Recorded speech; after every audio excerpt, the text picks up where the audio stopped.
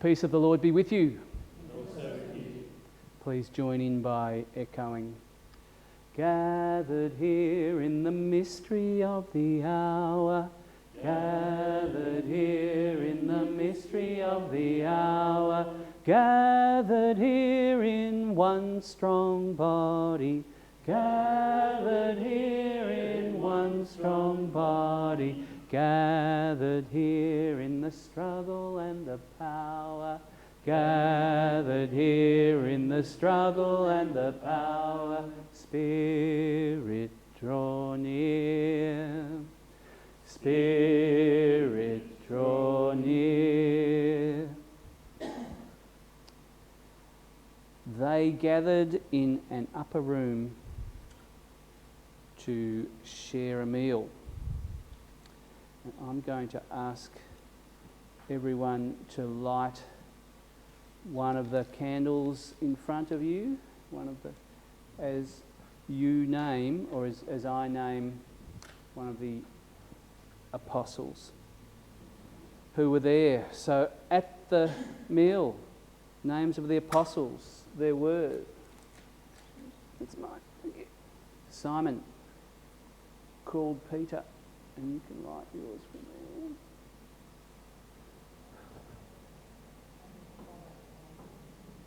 Brother Andrew.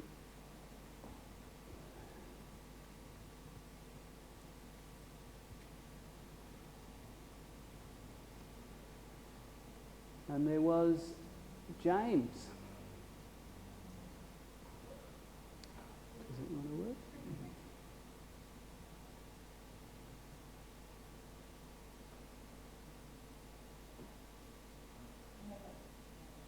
We'll get to it. I'll try to use one of the other ones. We haven't tested them. There was James and his brother.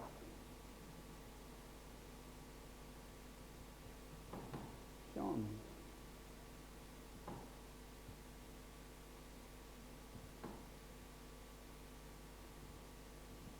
And there was Philip.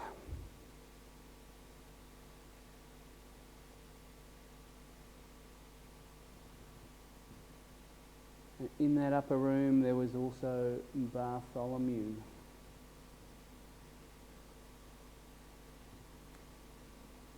And there was Thomas.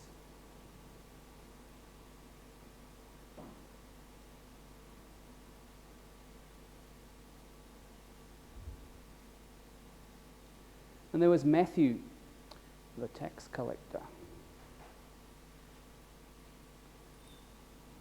And there was the other James, the son of Alphaeus.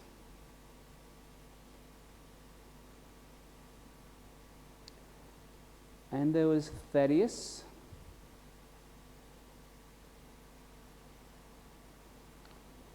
Simon, another Simon, the patriot. And Judas Iscariot. And there were women who travelled with Jesus and shared his ministry, including Mary Magdalene.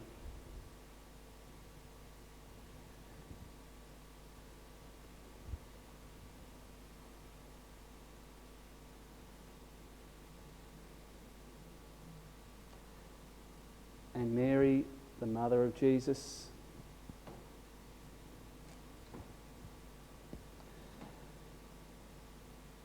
And Mary, the wife of Clopas, and Salome.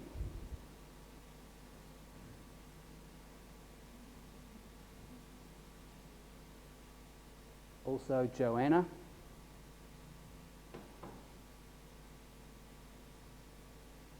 Susanna. And others.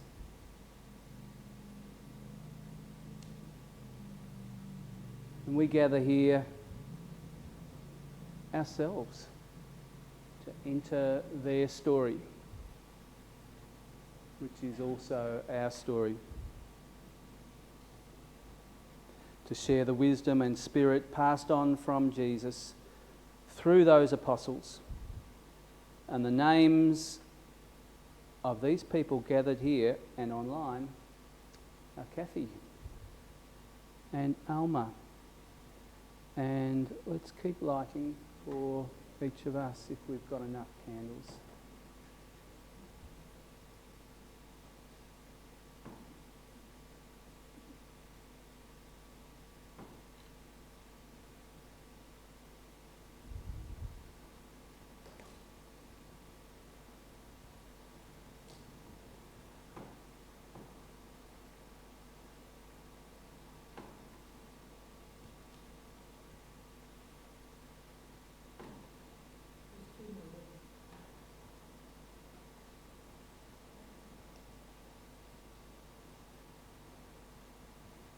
There's Janet.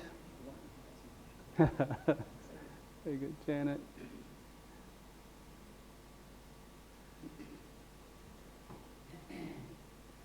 And Cheryl.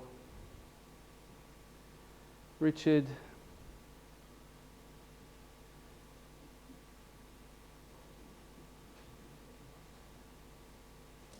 Sharon.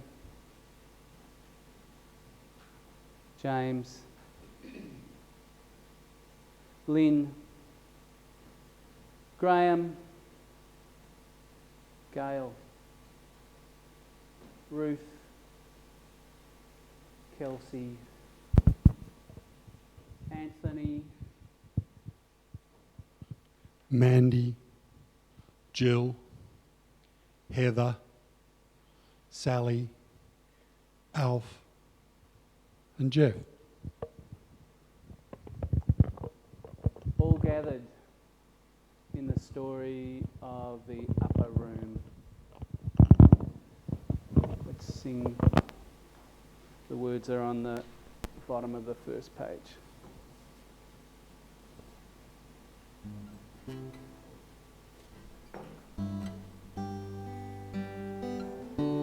An upper room did our Lord prepare for those he loved until the end, and his disciples still gather there to celebrate their risen friend. So when they met 2,000 years ago, it was a little bit like this. Candlelight, probably low table. They were probably on the floor, on the ground, on cushions, in the style of the region. But a bit like this, these numbers, probably a few people scattered around, serving, helping it all happen, like Jeff serving us there, and like our Zoom people are slightly scattered from us. And they would have had something like what's on here, the Passover Seder meal that's still celebrated by Jewish people today. What is on there that you can see and make a comment about? There's food. And so at the Passover festival, they used food to feast and to celebrate and to enjoy themselves, but also to remind themselves, to give meaning to their gathering and to their being together and being God's people and part of God's story on earth. What else can you tell me? Any comments about what's on there or what you know or suspect about the meaning of any of those things that are on there? And you've got some clues from in front of us here.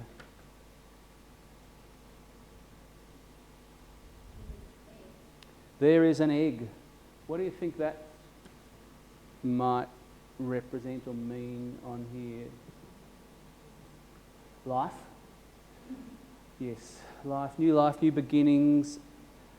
Some things I read said it's also representing a bit of suffering and the sadness and mourning.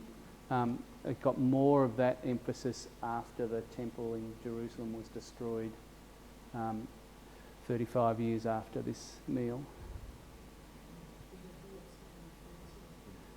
Bitter herbs.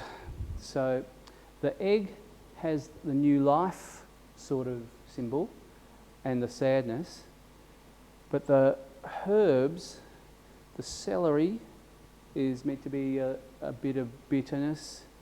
About what? What's the bitterness in the story? What's being recalled? The story of the Exodus. People being killed, children being killed, and not quite as serious as that. Just the oppression and the sadness, being oppressed in Egypt as slave, the bitterness of that generations of being enslaved. And people being killed, and the sadness of that is also picked up with the bitter herbs and dipping in the salt water. So the parsley, if you want to have a go at it in a minute, you can dip into the salt water that Anthony's organised for us there and have a bit of a taste of that to enter that part of the story. So there's the sadness, the mourning, the bitterness of being brutally treated and oppressed at least some of the time, and always being under the thumb of Egyptians. What else can you see on this or on the table and hazard a guess at meaning? Something suspiciously like a fish-style sheep cut. On here. Correct.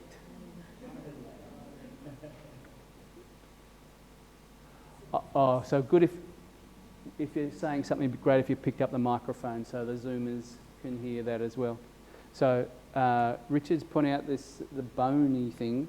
That is these days a lamb shank bone on the cedar. We don't have a lamb shank bone here. We do have something representing lamb. It's good Aussie beef that's representing lamb. Now, which is best I could do when I realised. What's the lamb about in the story? We're not talking about Jesus' connection just yet, but when Jesus and his followers were at this meal, what did they have the lamb there for? The sacrifice, definitely. And what sacrifice? But specifically that the lamb's blood was put up on the lintels of the doors to spare the Jewish slaughter of the firstborn child. So God was insisting that the Pharaoh let the people go, that his people go to the promised land and play the role they're meant to play, they're called to play. Pharaoh refused over and over.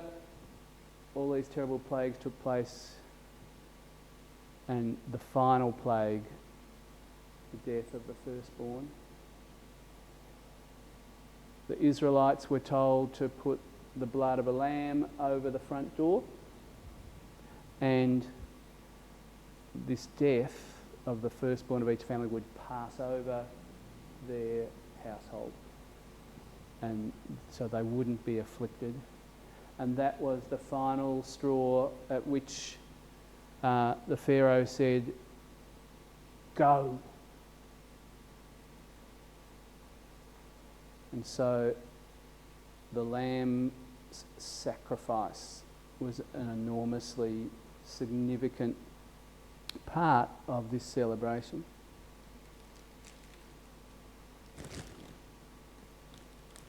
Finally, not quite finally, what's this one on the bottom middle that I've made a effort to represent over here?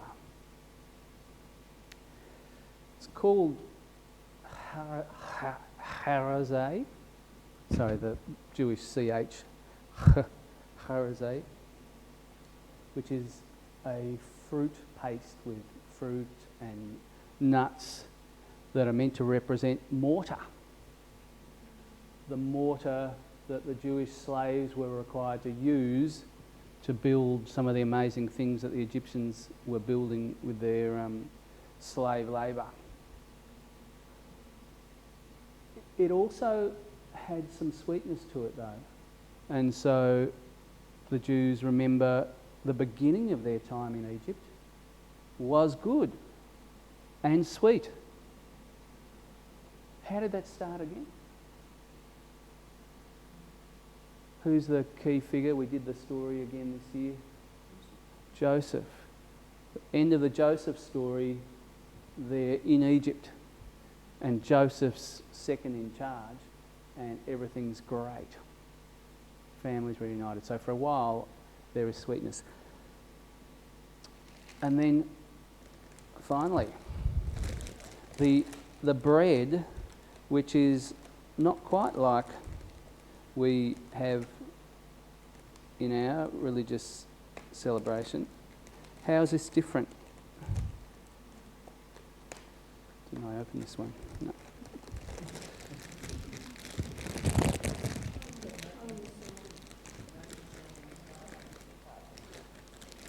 That'll help.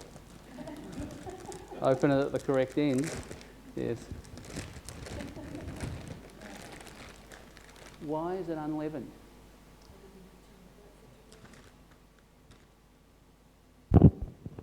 Because they had to leave in such a hurry, they didn't have time to wait for the bread to rise. When Pharaoh said, go, they couldn't wait around. They just had to have the bread unleavened. So, for a few minutes, let's sit with the elements that were part of Jesus' tradition, the people that he was with on the night before he died, what they were remembering and celebrating before Jesus reinterpreted it and took it to another level for his followers. So we'll pass around the bits, or you can reach over for them. You can try whatever you would like. Save a little bit of bread for later, and you can have the grape juice. They would have had bigger cups at the time. So take one, pass it along. And you might like to put your unleavened bread in front of you as your plate. I'm going to do it as a model and for the Zoom. Thank you.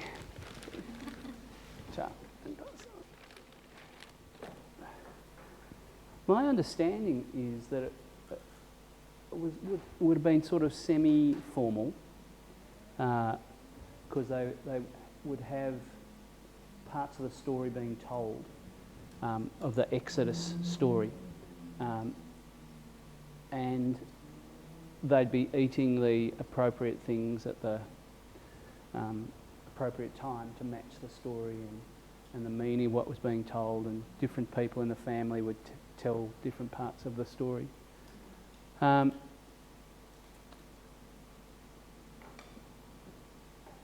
they take it into themselves.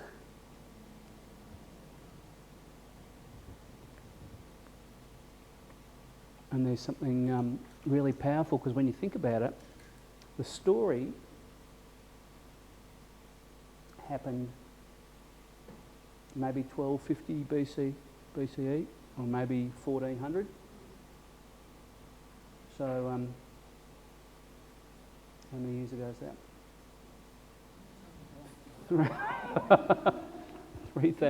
3,000 plus years ago.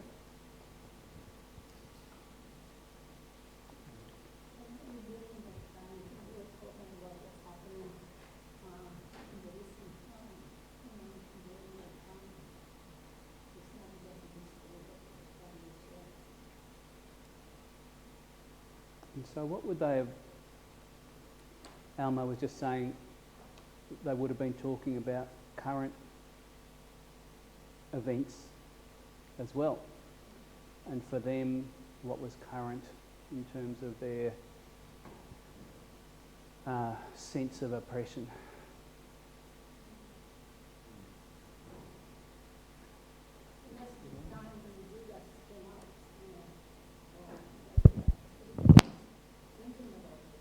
Mm.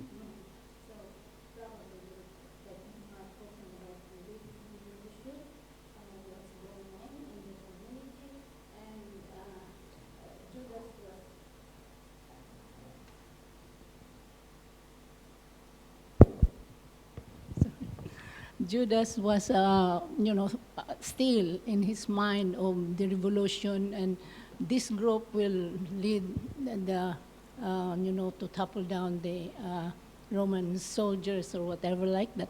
And I think, apart from the history that they were talking, the time in Egypt and all those, probably they were also thinking of what can they do at the present time, because they were actually in bondage with the Romans at that time. I think that's very true.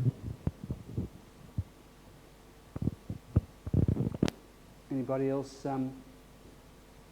sort of getting a picture in your mind of what might have been going on at that Last Supper?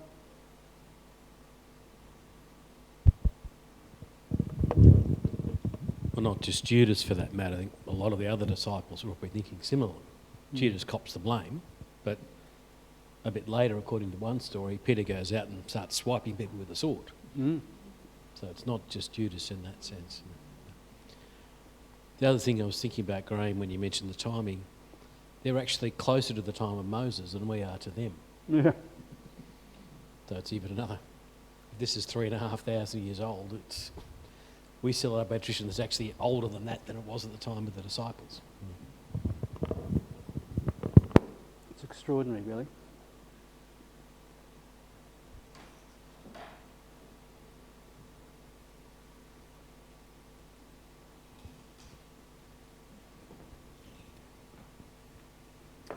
And of course there would be people today having meals talking about being oppressed or bullied or invaded. And God, what's going on? How long? So that sense is a powerful one over history. And freedom and peace has been a goal, a treasure, a prize, sometimes only dreamed of for some.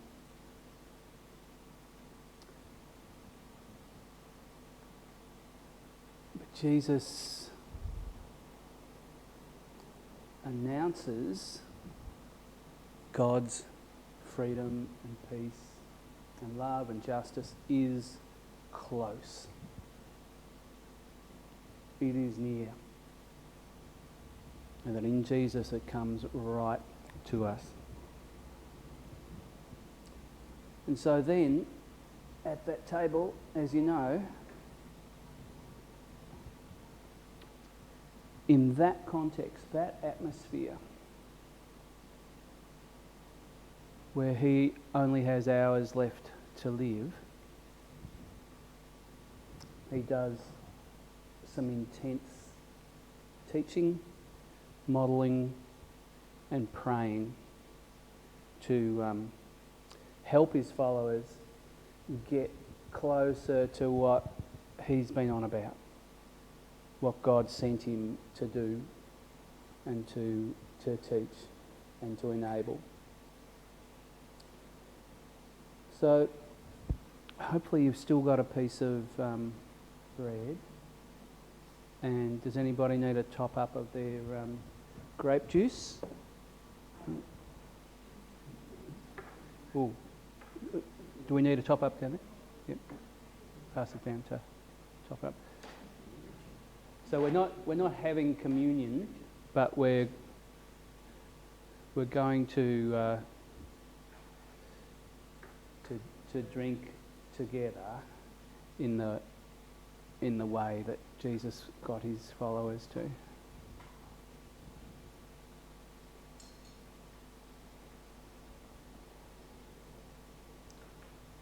There we go.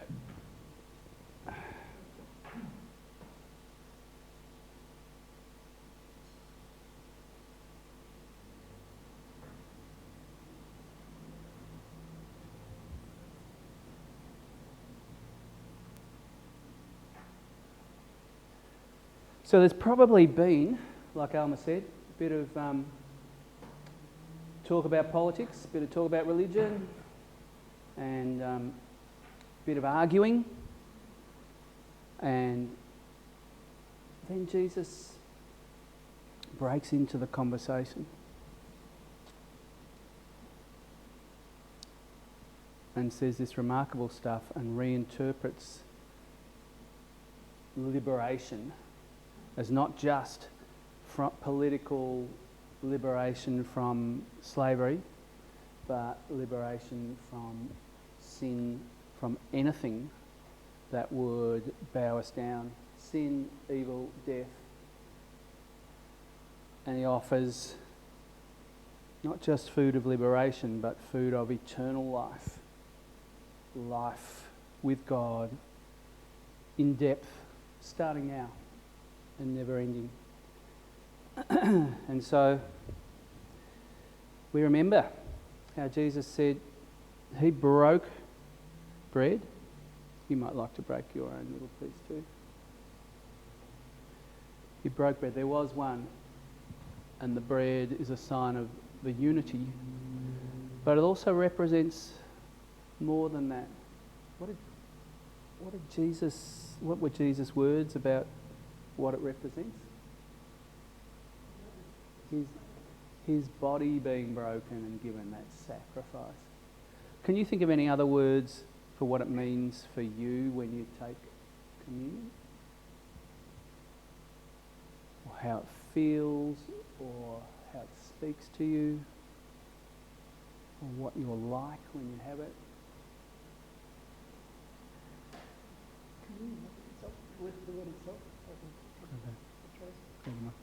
It's good to say. I think just the word communion itself, because it's the thing that binds us together, holds us together in our own community, but also binds us with this group of people back then, 2,000 years ago. Yeah, great. And communion literally means one with, which is all it's saying.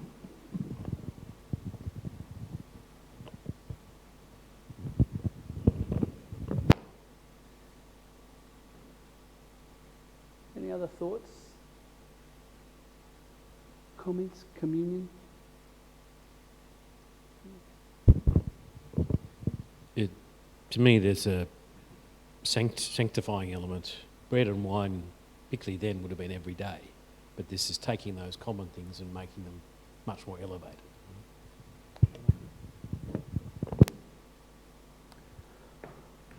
Well, let's do what Jesus said. Let's remember how Jesus' body was broken for us, and for those disciples and followers, men and women back then, over 20 centuries, and for us today.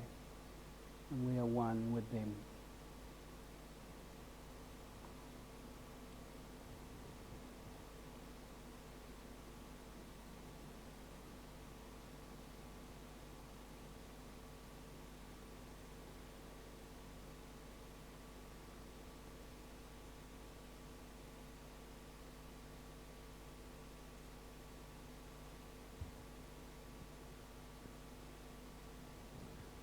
The Seder meal actually has 4 glasses of wine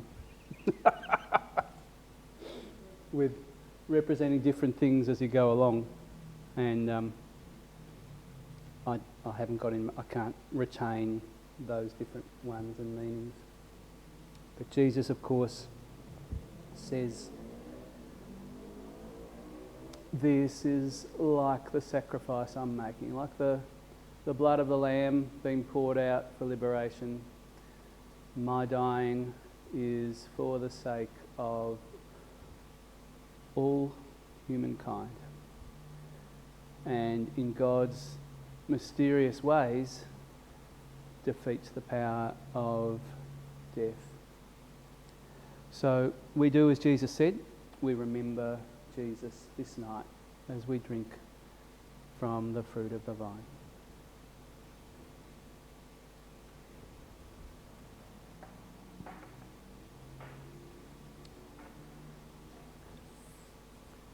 And if Richard would care to pick up the guitar, let's sing the second verse of An Upper Room.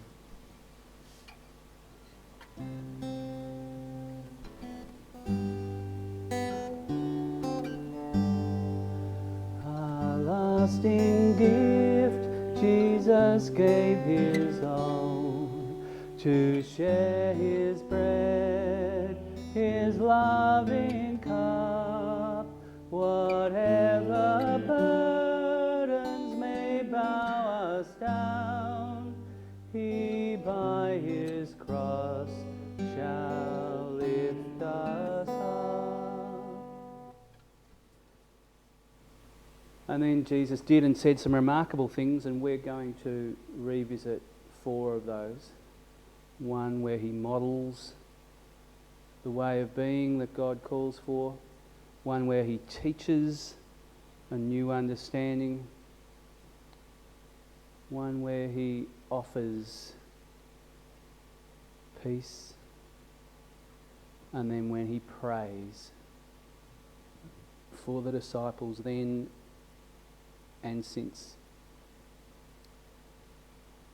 Could we go around the table reading it?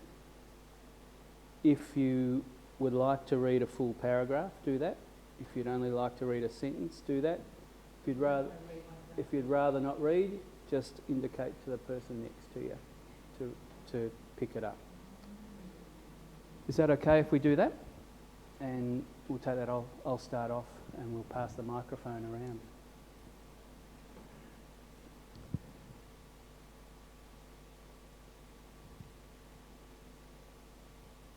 It was now the day before the Passover festival. Jesus knew that the hour had come for him to leave this world and go to the Father. He had always loved those in the world who were his own, and he loved them to the very end.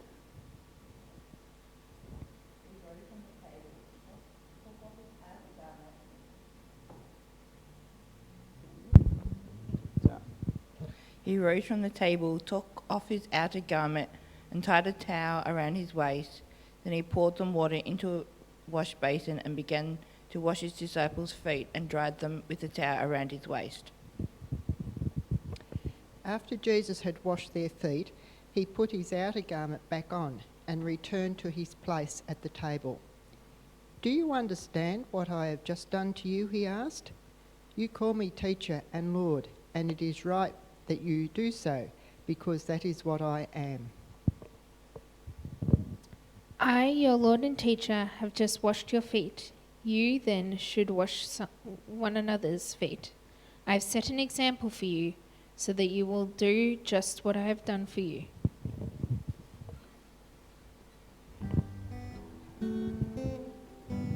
And after supper he washed their feet for service to his sacrament.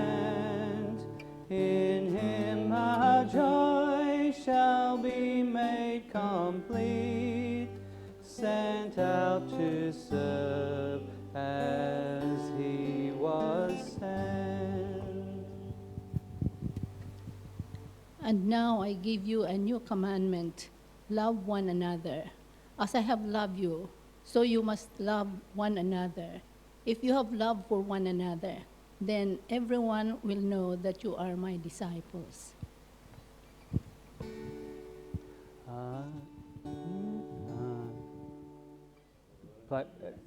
Play DA7D.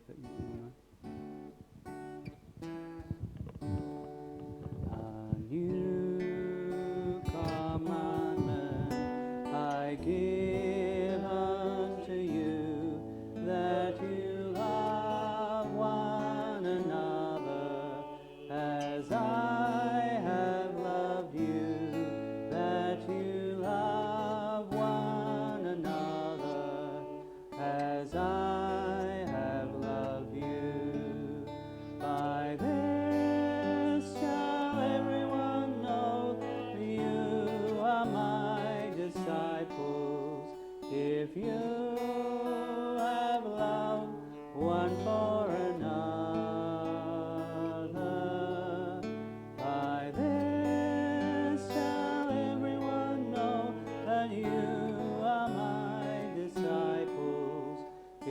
you have love one for another.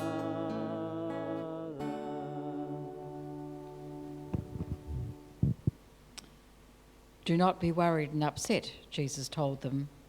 Believe in God and believe also in me. There are many rooms in my Father's house, and I am going to prepare a place for you. I would not tell you this if it were not so. And after I go and prepare a place for you, I will come back and take you to myself, so that you will be where I am. You know the way that leads to the place where I am going. Thomas said to him, Lord, we do not know where you are going, so how can we know the way to get there? Jesus answered him, I am the way, the truth, and the life. No one goes to the Father except by me. Now that you have known me, he said to them, you will know my Father also. And from now on, you do know him, and you have seen him. Those who love me will obey my teaching. My Father will love them, and my Father and I will come to them and live with them. So those who do not love me do not obey my teaching. And the teaching you have heard is not mine, but comes from the Father who sent me.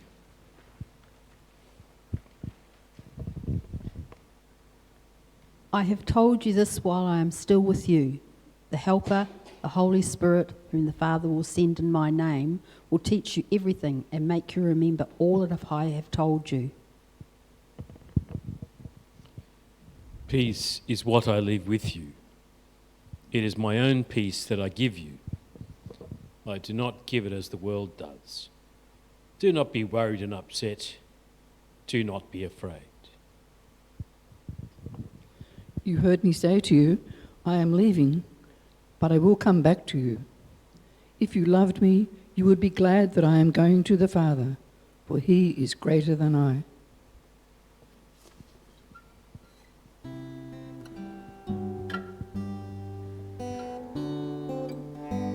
No end there is, we depart in peace. He loves beyond the uttermost. In every room in our Father's house, he will be there as Lord and host. So Jesus then led the disciples from their meal, from the upper room, out to the Garden of Gethsemane. And so the story of the Passion was about to begin. In a moment, after I've sung about Jesus' prayer, I invite you to blow out candles near you and leave this room in communion with the disciples who left the upper room with Jesus and started the journey of the Passion. Before we go though, listen for what Jesus prays for you, because one of those last things that Jesus did was just to sit and pray passionately to God for the disciples and explicitly for those who would be coming in the future.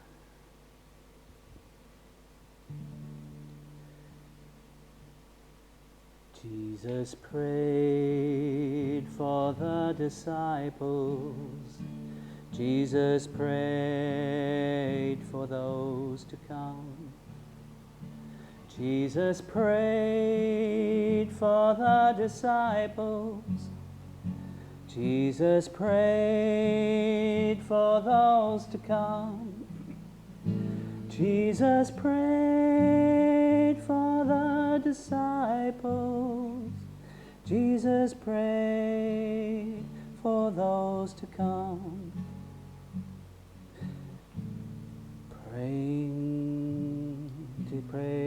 for the disciples, praying may they all be one. And the glory you have given me, I have given unto them. And the glory you have given me, I have given unto them. And the glory you have given me, I have given unto them, so that they may be one as we are one.